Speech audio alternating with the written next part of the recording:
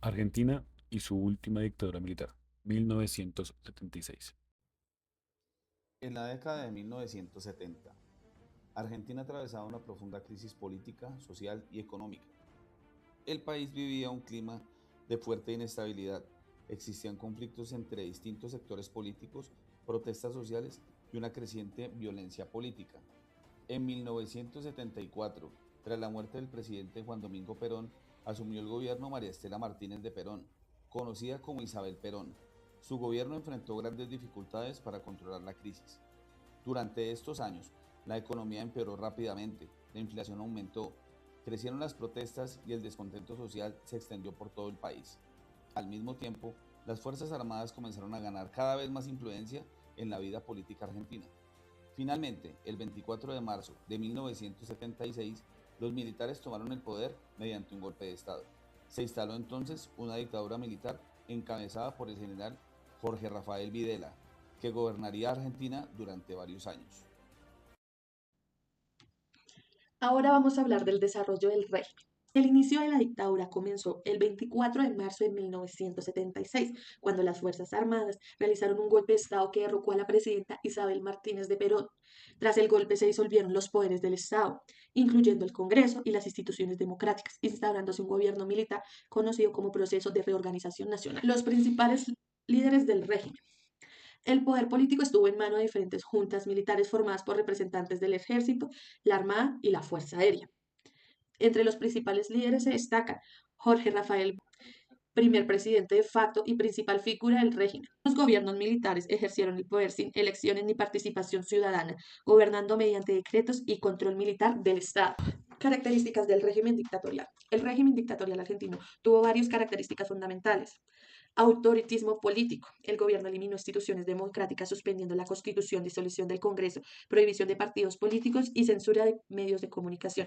Esto permitió que militares controlaran completamente el poder del Estado.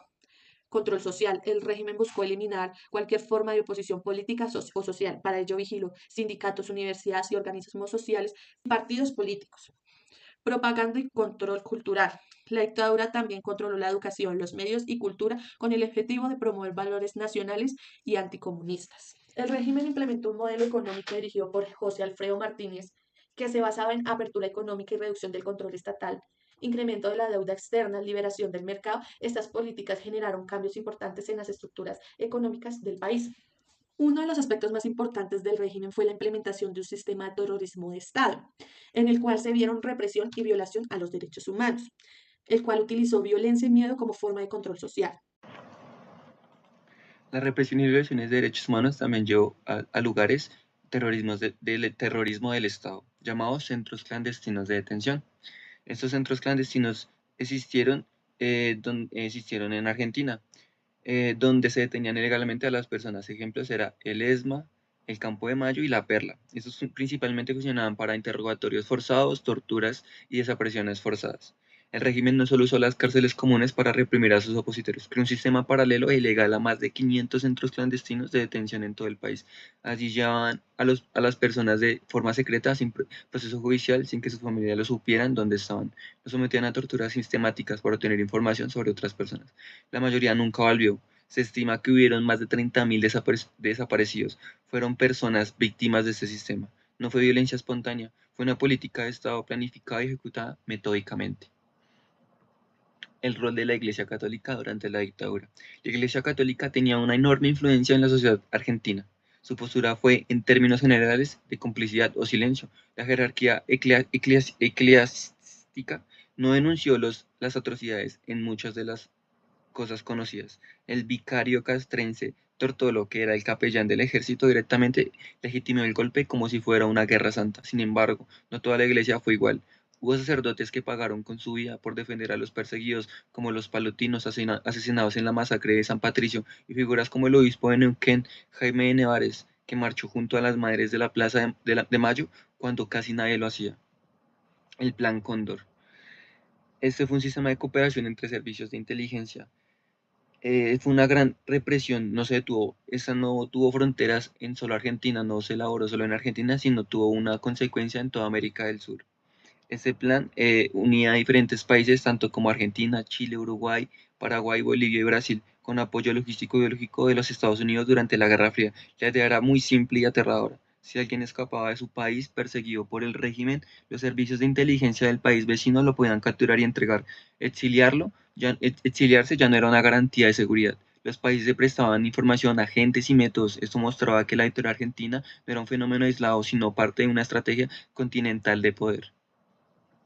Disputas internas de la dictadura. Suele pensarse que en esta dictadura hubo un bloque sólido de militares que gobernaban de forma unida, pero nunca fue así. Dentro de las Fuerzas Armadas habían facciones con visiones muy diferentes. Por un lado, los halcones, como Macera, que querían una represión total y un régimen permanente. Por otro, los más moderados, las Palomas, como Videla, que pensaban en una dictadura transitoria que luego daría paso a una democracia tutelada. Esas diferencias generaban conspiraciones internas, cambios de presidentes, disputas por el poder económico y político. Cuando llegó el fracaso de las Malvinas en 1982, ese edificio ya estaba agrietado desde dentro y se derrumbó. Se podría decir que el desarrollo de la dictadura en Argentina fue una de las etapas más oscuras de la historia en esta.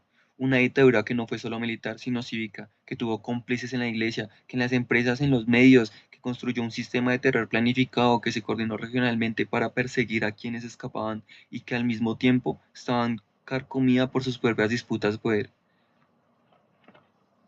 Después de años de dictadura militar, Argentina inició, en 1983, un proceso histórico: la restauración de la democracia.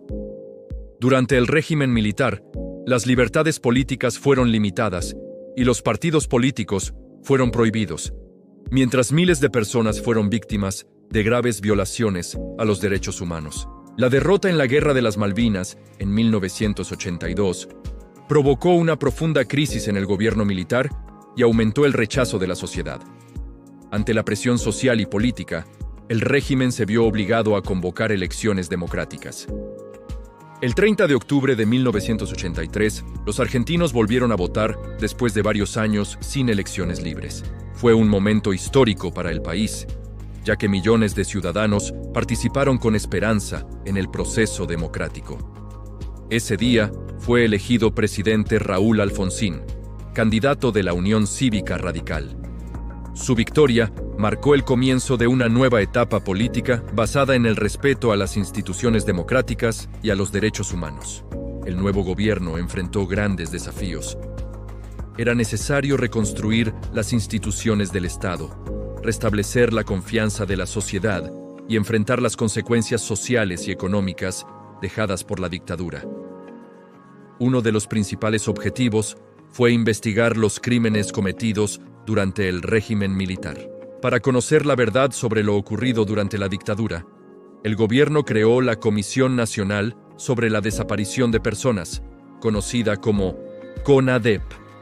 Esta comisión recopiló miles de testimonios de sobrevivientes, familiares y testigos, e investigó la existencia de centros clandestinos de detención utilizados durante la represión. El trabajo de la CONADEP dio como resultado el informe titulado Nunca Más, publicado en 1984. Este documento reveló información fundamental sobre las desapariciones forzadas, los centros clandestinos de detención y las violaciones a los derechos humanos cometidas durante la dictadura. El informe se convirtió en un símbolo de memoria y justicia en Argentina y en todo el mundo. En 1985, se realizó uno de los procesos judiciales más importantes en la historia del país: el juicio a las juntas. En este juicio, fueron procesados y condenados varios de los principales líderes militares responsables de la dictadura.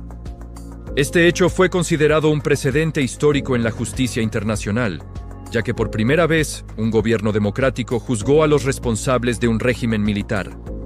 Durante décadas, organizaciones como las Madres de Plaza de Mayo y las Abuelas de Plaza de Mayo mantuvieron viva la lucha por la memoria, la verdad y la justicia. Estas organizaciones buscaron a los desaparecidos y trabajaron para recuperar la identidad de niños que fueron apropiados durante la dictadura. Su labor se convirtió en un símbolo de resistencia y compromiso con los derechos humanos.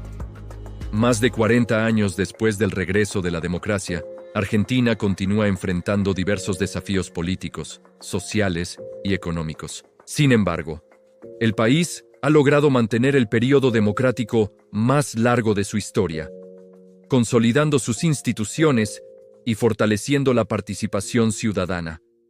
La restauración de la democracia en Argentina no fue un proceso simple ni inmediato. Fue el resultado del esfuerzo de la sociedad, de las instituciones y de las organizaciones que lucharon por la justicia. Recordar lo ocurrido es fundamental para proteger la democracia. La memoria de las víctimas y el compromiso con los derechos humanos son pilares fundamentales para construir un futuro más justo. La democracia se construye cada día con memoria, verdad y justicia.